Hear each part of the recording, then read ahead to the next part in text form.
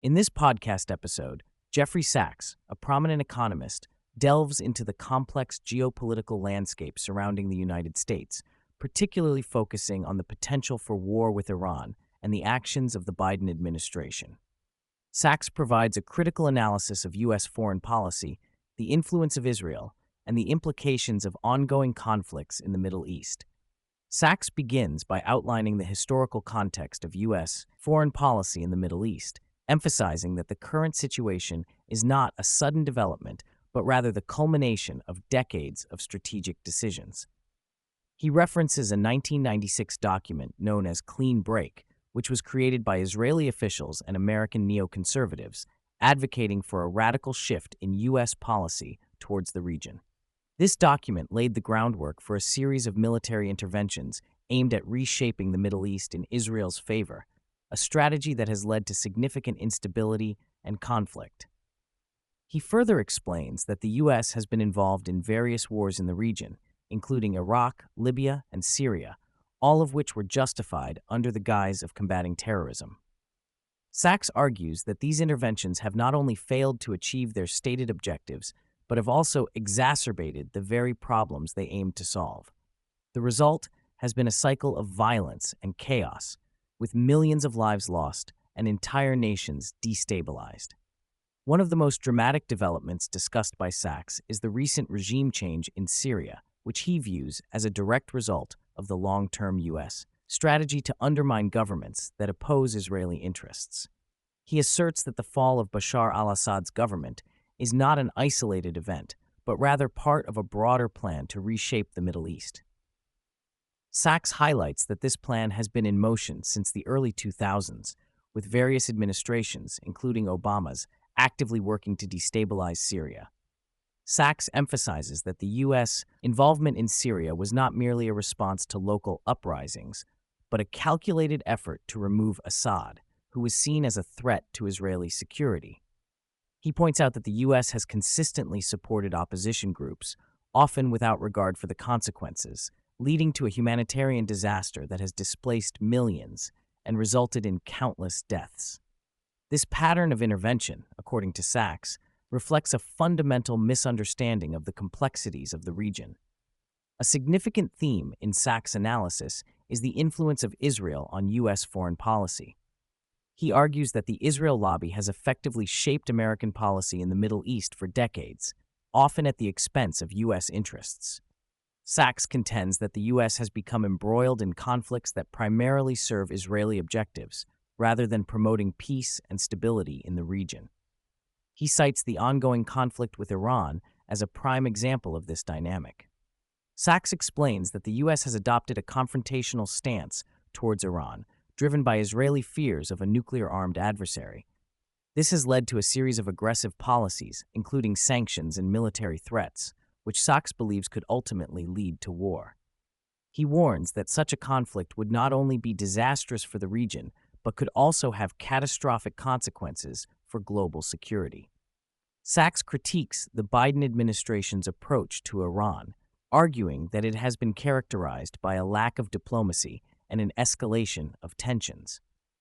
He notes that Biden's team has continued the hardline policies of the previous administration, which have only served to alienate Iran and push it closer to conflict. Sachs emphasizes that the U.S. has missed numerous opportunities to engage in meaningful dialogue with Iran, opting instead for a confrontational stance that risks igniting a larger war. He also highlights the irony of the situation, pointing out that while the U.S. government portrays Iran as a significant threat, it has failed to recognize that Iran has been seeking diplomatic solutions.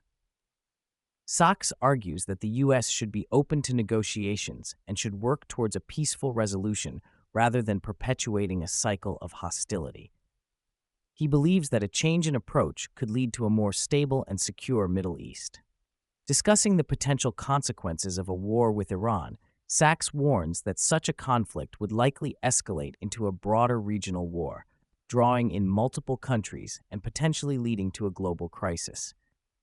He emphasizes that Iran is not isolated. It has strong alliances with countries like Russia and China, which would complicate any military engagement.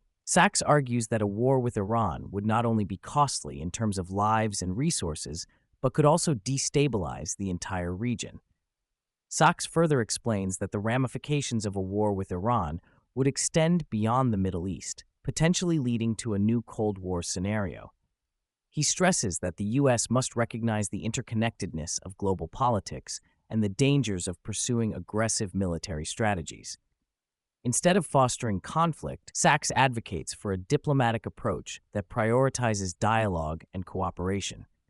Sachs shifts the discussion to the internal dynamics of U.S. politics, particularly focusing on the Biden administration's efforts to undermine the incoming Trump administration. He argues that Biden's actions, particularly in the realm of foreign policy, appear to be aimed at creating a chaotic environment for Trump, making it difficult for him to implement his agenda. Sachs suggests that this strategy is not only politically motivated, but also detrimental to U.S. national security.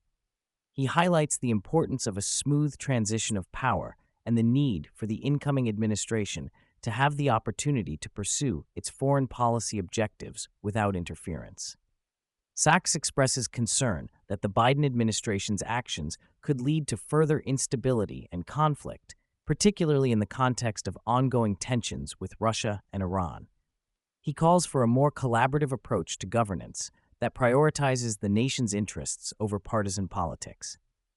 A recurring theme in Sachs's commentary is the influence of the deep state on U.S. foreign policy. He argues that a small group of entrenched interests, including military contractors and intelligence agencies, has significant control over the direction of American policy. Sachs contends that this deep state operates with little accountability and often pursues its own agenda, which may not align with the interests of the American people. Sachs emphasizes that the deep state's influence has led to a series of disastrous foreign policy decisions, including the wars in Iraq and Afghanistan. He argues that these decisions have been driven by a desire for power and control rather than a genuine concern for national security. Sachs calls for greater transparency and accountability in government, urging the public to demand answers from their elected officials about the motivations behind U.S. foreign policy. Throughout the podcast, Sachs advocates for a return to diplomacy as a means of resolving conflicts. He argues that the U.S. must engage with its adversaries, including Iran and Russia, to find common ground and work towards peaceful solutions. Sachs emphasizes that diplomacy is not a sign of weakness, but rather a necessary component of effective foreign policy. He points out that successful diplomacy requires a willingness to listen and understand the perspectives of other nations. Sachs believes that the U.S. has often failed to do this, leading to misunderstandings and escalating tensions. He urges the incoming Trump administration to prioritize diplomatic efforts and to seek out opportunities for dialogue, particularly with countries that have been labeled as adversaries. Sachs stresses the need for greater public awareness and understanding of U.S. foreign policy. He argues that many Americans are unaware of the complexities of international relations and the consequences of military interventions. Sachs believes that educating the public about these issues is crucial for fostering a more informed citizenry that can hold its government accountable. He highlights the role of the media in shaping public perceptions of foreign policy, noting that mainstream outlets often fail to provide nuanced analyses of complex issues. Sachs calls for a more responsible media landscape that prioritizes factual reporting and critical analysis over sensationalism and propaganda. He believes that a well-informed public is essential for promoting peace and stability in the world. In concluding his remarks, Sachs reflects on the future of U.S.-Iran relations. He expresses cautious optimism that a change in leadership could lead to a more constructive approach to diplomacy. Sachs believes that if the U.S. can move away from its confrontational stance and engage in meaningful dialogue with Iran, there is potential for a more stable and peaceful relationship. He emphasizes that the key to achieving this goal lies in recognizing the shared interests of both nations and working towards common objectives. Sachs argues that a peaceful resolution to the tensions between the U.S. and Iran could have far-reaching implications for the entire region, paving the way for greater stability and cooperation.